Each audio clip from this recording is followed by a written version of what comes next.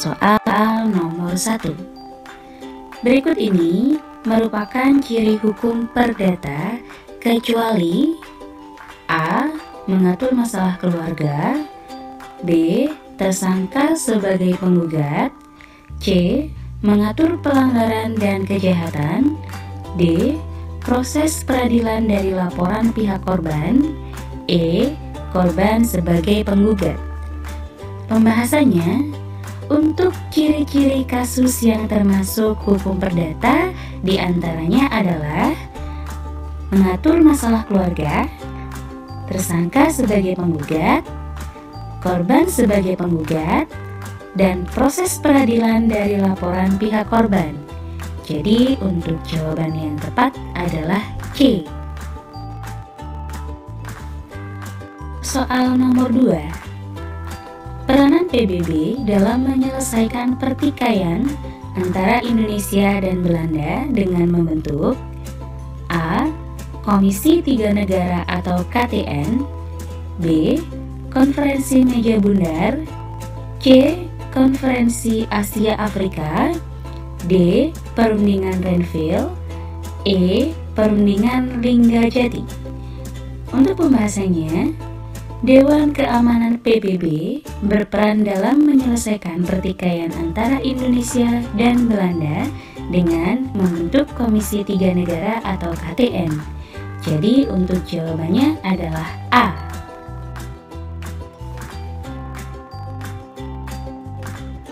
Soal nomor 3. Pancasila digunakan sebagai petunjuk atau pedoman berbangsa dan bernegara merupakan peranan Pancasila sebagai A. Ideologi negara, B. Nilai, C. Pandangan hidup, D. Landasan dasar, E. Tata cara. Pembahasannya adalah Pancasila sebagai pandangan hidup bangsa Indonesia dipergunakan sebagai petunjuk atau pedoman kehidupan berbangsa dan bernegara yang meliputi berbagai bidang kehidupan. Jadi untuk jawaban yang tepat adalah C. Soal nomor 4. Pancasila sebagai jiwa dan kepribadian bangsa maksudnya adalah A. Bangsa Indonesia memiliki ciri khas yang tidak dimiliki oleh bangsa lain, B. Kehidupan bangsa Indonesia sesuai dengan kepribadiannya, C. Pembangunan dilaksanakan mengacu pada standar nilai Pancasila, D. Selalu menunjukkan bangsa dan negaranya, E. Menjadi sumber ukuran baik atau buruk adalah kepribadiannya. Untuk pembahasannya, Pancasila merupakan dasar negara Indonesia, sumber dari segala sumber hukum di Indonesia. Pancasila menjadi ciri jiwa dan kepribadian bangsa, yang berarti bangsa Indonesia memiliki ciri khas yang tidak dimiliki oleh bangsa lain. Jadi untuk jawaban tepatnya adalah A. Ke soal nomor 5. Negara yang memiliki presiden dan perdana menteri yang bertugas mengatur jalannya pemerintahan disebut sistem pemerintahan A. Parlementer, B. Presidensial, C. Semi-presidensial, D. Komunis, E. Oligarki. Pembahasannya adalah negara yang memiliki presiden dan perdana menteri yang bertugas mengatur jalannya pemerintahan disebut sistem pemerintahan parlementer. Parlemen berperan aktif dalam pemerintahan, seperti mengangkat dan memberhentikan perdana menteri. Jadi untuk jawaban yang tepat adalah A. Soal nomor 6. Bentuk negara yang pemerintahannya berada di bawah pengawasan Dewan Perwakilan PBB disebut A. Koloni, B. Mandat, C. Konfederasi, D. Dominion, E. Trust. Pembahasannya adalah bentuk negara dibagi menjadi 7, yaitu mandatur, dominion, uni, dan protektorat. Dari ketujuh bentuk negara tersebut, bentuk negara trustee yang pemerintahannya berada di bawah pengawasan Dewan Perwakilan PBB. Jadi untuk jawaban tepatnya adalah E. Soal nomor 7. Setiap warga negara berhak dan wajib ikut serta dalam usaha pertahanan dan keamanan negara. Dalam UUD 1945, hal tersebut tercantum pada pasal A. 30 ayat 1, B. 30 ayat 2, C. 30 ayat 3, D. 30 ayat 4, E. 30 ayat 5. Pembahasannya, pasal 30 ayat 1 mencantumkan hak dan kewajiban setiap warga negara untuk usaha pertahanan dan keamanan negara. Jadi jawaban yang tepat adalah A. Soal nomor 8. Fungsi DPR diatur dalam UUD 1945 pasal A. 11 ayat 2, B. 14 ayat 1, C. 20A ayat 1, D. 20A ayat 2, E. 22E ayat 1. Pembahasan. Fungsi DPR diatur dalam UUD 1945 pasal 20A ayat 1. Pada pasal itu, DPR memiliki fungsi legislasi, anggaran, dan pengawasan. Jadi jawaban yang tepat adalah C. Soal nomor 9. Menurut Profesor Notonegoro, nilai-nilai Pancasila terbagi menjadi A. Nilai material, vital, dan kerohanian, B. Nilai ekonomi, rekreasi, perserikatan, dan kejasmanian, C. Nilai material, kebenaran, dan ekonomi, D. Nilai keindahan, moral, dan watak, E. Nilai moral, ekonomi, dan material. Pembahasan. Menurut Profesor Notonegoro, nilai-nilai Pancasila terbagi menjadi 3, yaitu nilai material, vital, dan kerohanian. Jadi untuk jawaban tepatnya adalah A. Soal 10. Ideologi berasal dari bahasa Yunani, yaitu idea dan logos. Kata idea berarti A. Ilmu, B. Pengetahuan, C. Gagasan, D. Melihat, E. Ajaran. Untuk pembahasannya, secara etimologi, ideologi berasal dari bahasa Yunani. Idea yang berarti ide atau gagasan, dan logos yang berarti ilmu. Jadi untuk jawaban yang tepat adalah pilihan C.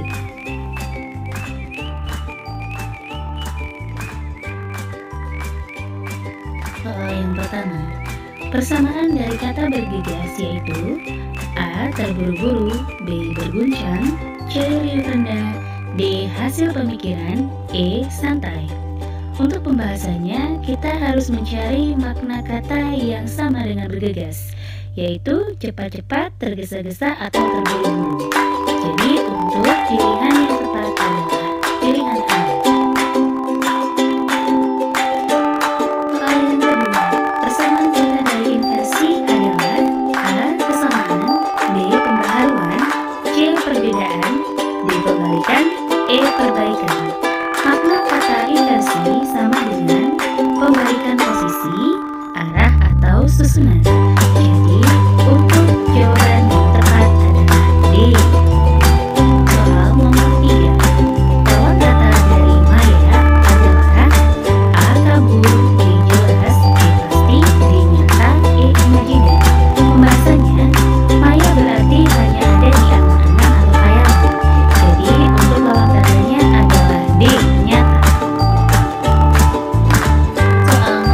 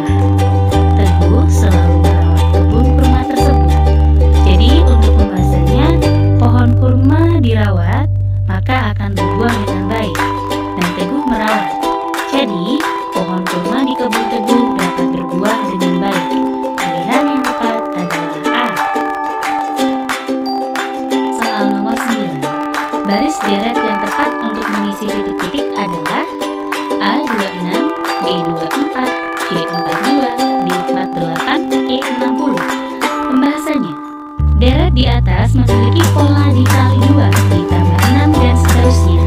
Maka 12 dikali 2, 24 ditambah 6 sama dengan 18 dikali 2 sama dengan 36 ditambah 6 sama dengan 30. Kemudian dikali 2 hasilnya adalah 60.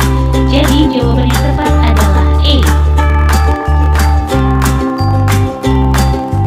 Soal nomor 10. Huruf yang tepat untuk mengisi titik-titik adalah A, M, N, B, N, N, C, N, O, D, O, P, E, N, P. Pembahasannya adalah ubah urutan huruf menjadi urutan angka agar lebih mudah seperti berikut ini. Sehingga memiliki pola dikurangi 1, dikurangi 2, dan seterusnya. Jadi, nilai yang didapatkan adalah 14 dan 13, atau huruf N dan M. Maka jawaban yang tepat adalah B. Soal nomor 1. Bagaimanakah Anda dalam mengemukakan pendapat? A. Saya senang mengemukakan pendapat walaupun jika nanti berbeda dengan yang lain. B. Saya berusaha keras mengemukakan pendapat satu kali tapi penting. C. Saya selalu mengutarakan semua yang saya pikirkan. D. Saya hanya mengutarakan pendapat dalam hati. E. Saya tidak pernah berminat untuk mengutarakan pendapat dan berdebat. Untuk pembahasannya, soal ini bertujuan untuk mengetahui bagaimana keberanian Anda untuk menyampaikan pendapat meskipun berbeda pendapat dengan yang lain. Jadi, untuk jawaban paling bijak adalah A.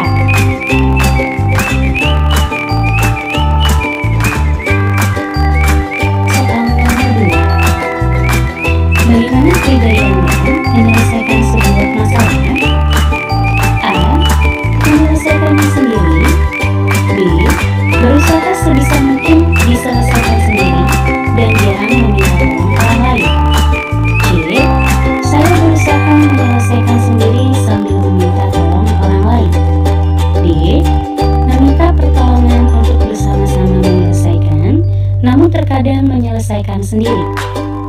E. Selalu meminta bantuan orang lain. Pembahasannya, soal ini bertujuan untuk menilai bagaimana usaha dan kinerja Anda saat menghadapi suatu masalah agar cepat teratasi secara efisien. Jadi untuk jawaban paling bijak adalah C. Soal nomor 3.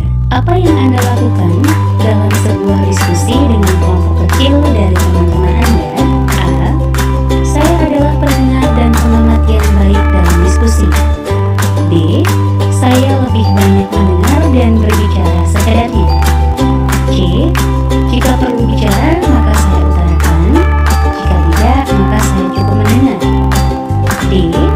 Saya menjadi pengamat sejenak lalu aktif berpendapat. E.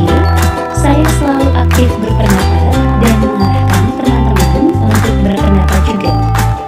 Untuk pembahasannya, soal ini bertujuan untuk mengetahui bagaimana Anda berinteraksi dalam sebuah diskusi, tentang bagaimana Anda mendengarkan dan menyampaikan pendapat. Jadi untuk jawaban paling bijak adalah pilihan D. Soal nomor 4. Bagaimana sistem perencanaan Anda? A. Sistem perencanaan saya teratur dan rapi sesuai jadwal.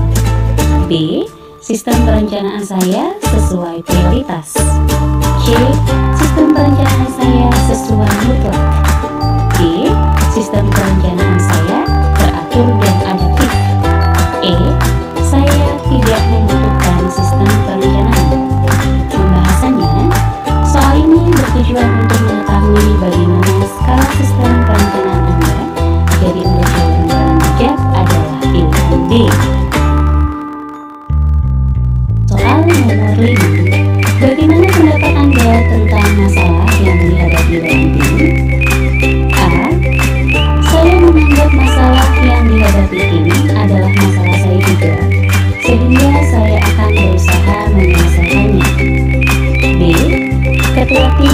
penanggung jawab terbesar atas masalah itu. D. Orang yang menimbulkan masalah itu adalah yang harus bertanggung jawab. D. Jika masalah itu tidak berkaitan dengan saya, maka saya tidak memikirkannya. E.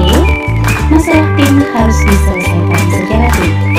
Untuk pembahasannya, soal ini bertujuan untuk mengetahui bagaimana Anda menyikapi masalah yang terjadi dalam sebuah tim. Jadi jawabannya adalah E.